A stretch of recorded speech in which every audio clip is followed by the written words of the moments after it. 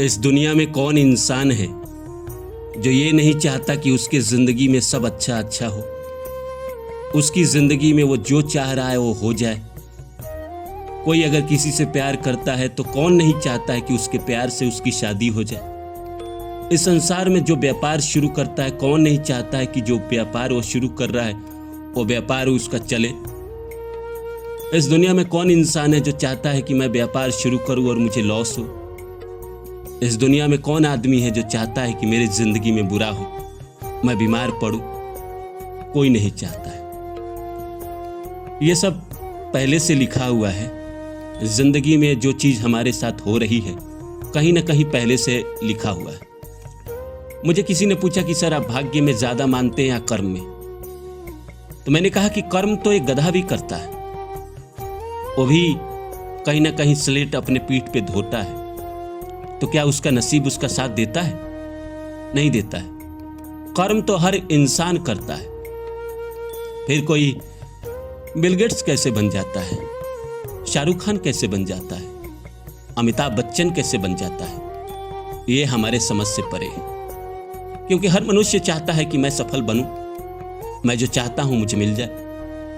एक इंसान जो 10 साल से नौकरी की तैयारी कर रहा है, कौन चाहता है कि एग्जाम में वो फेल हो? कौन चाहता है कि 1 नंबर से मेरा एग्जाम में रह जाए, मेरा सिलेक्शन ना हो? जातिवाद की वजह से, जनरल की वजह से नंबर कम पड़े। हर आदमी चाहता है कि उसका जो नौकरी है उसे मिल जाए। दुनिया में लाखों लोग आईएएस की तैयारी करते हैं, पर होता कितने लोगों का है? साल में 500 लोगों का। पर तैयारी कितने लोग करते हैं? 5 लाख से ज्यादा करते हैं, पर 500 होते हैं। हर साल आईआईटी के लिए कम से कम 10 लाख से ज्यादा स्टूडेंट फॉर्म डालते हैं। कितने का सिलेक्शन होता है? मैक्सिमम 1000 लड़कों का। क्या बाकी जितने लड़के थे उन्होंने मेहनत नहीं किया? सेम इंस्टीट्यूट से पढ़े।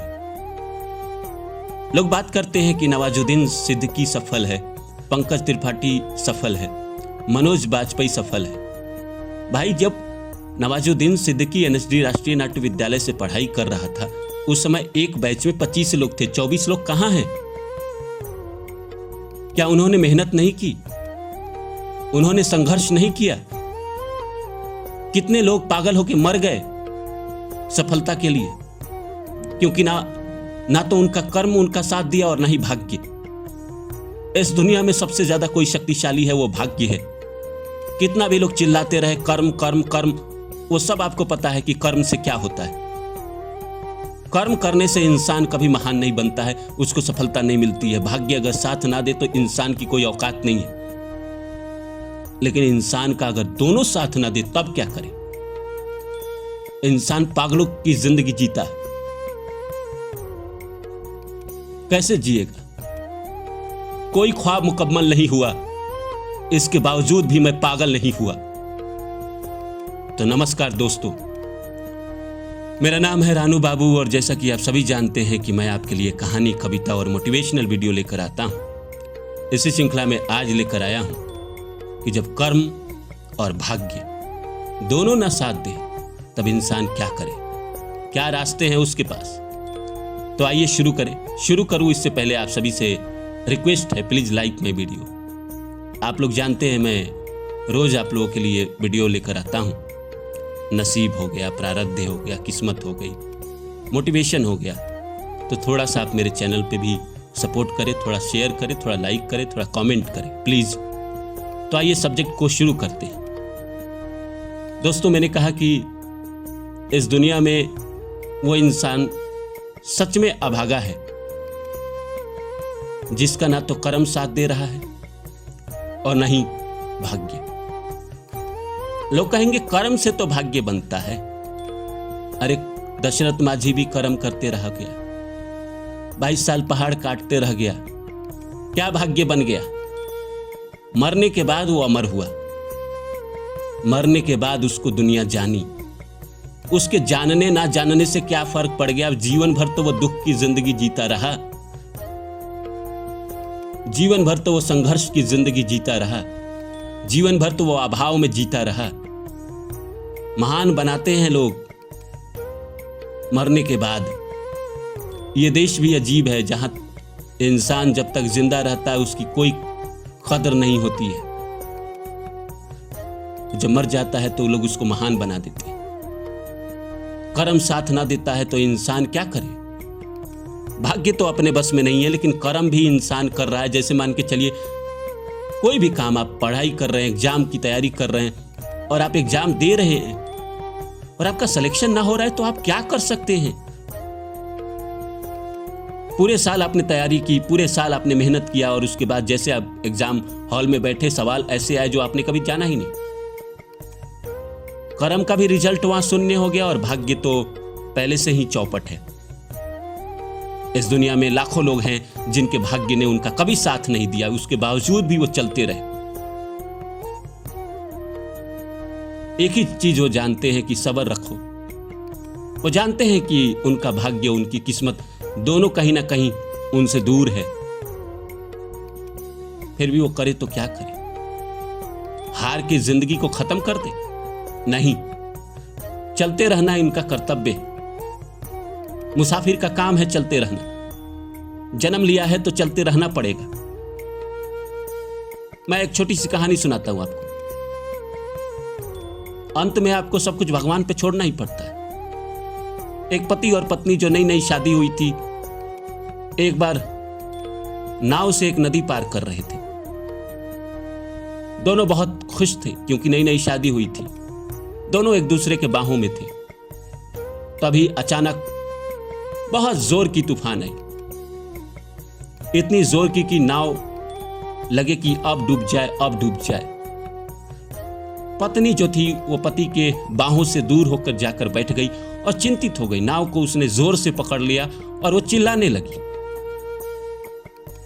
फिर उसने अपने पति की तरफ देखा और देखा कि मेरे पति तो एकदम शांत बैठे हुए हैं, उनको कोई फर्क ही नहीं पड़ रहा है।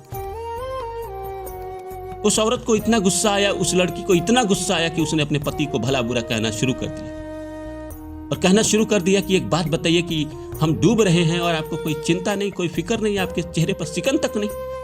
कैसे इंसान हैं आप?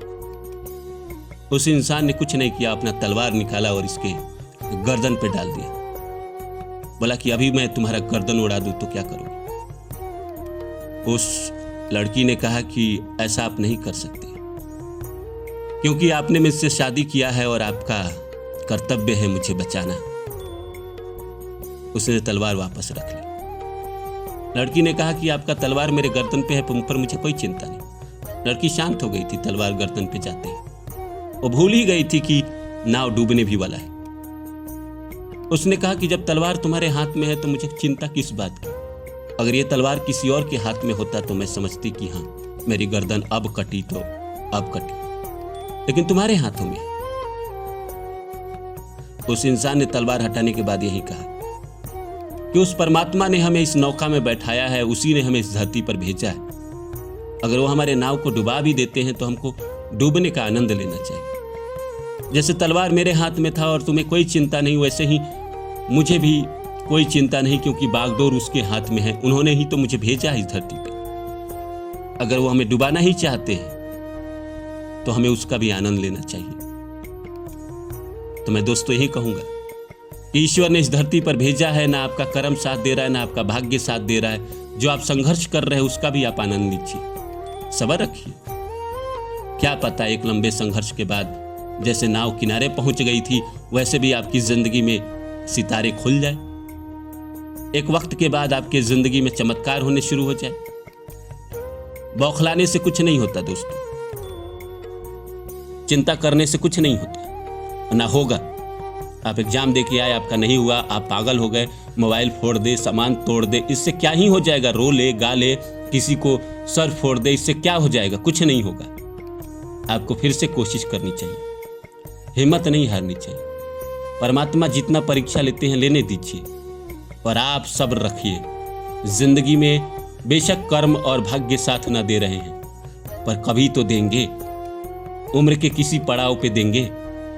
इसलिए इंतजार करे, सब्र करे, सबसे बड़ा कोई हथियार नहीं। जिन लोगों का भी इस दुनिया में कर्म और भाग्य ने साथ नहीं दिया है, उन्होंने एक ही शस्त्र का उपयोग किया है, वो है सब्र। इंतजार, और इंतजार बड़ी ताकतवर होती है दोस्तों। सब्र बड़ा ताकतवर होता है। वो दुनिया में क्या क्या नहीं बदल देता है, तो आपका भाग्य कैसे ना बदलेगा। मिलता हूं किसी और वीडियो में, तब तक के लिए नमस्कार।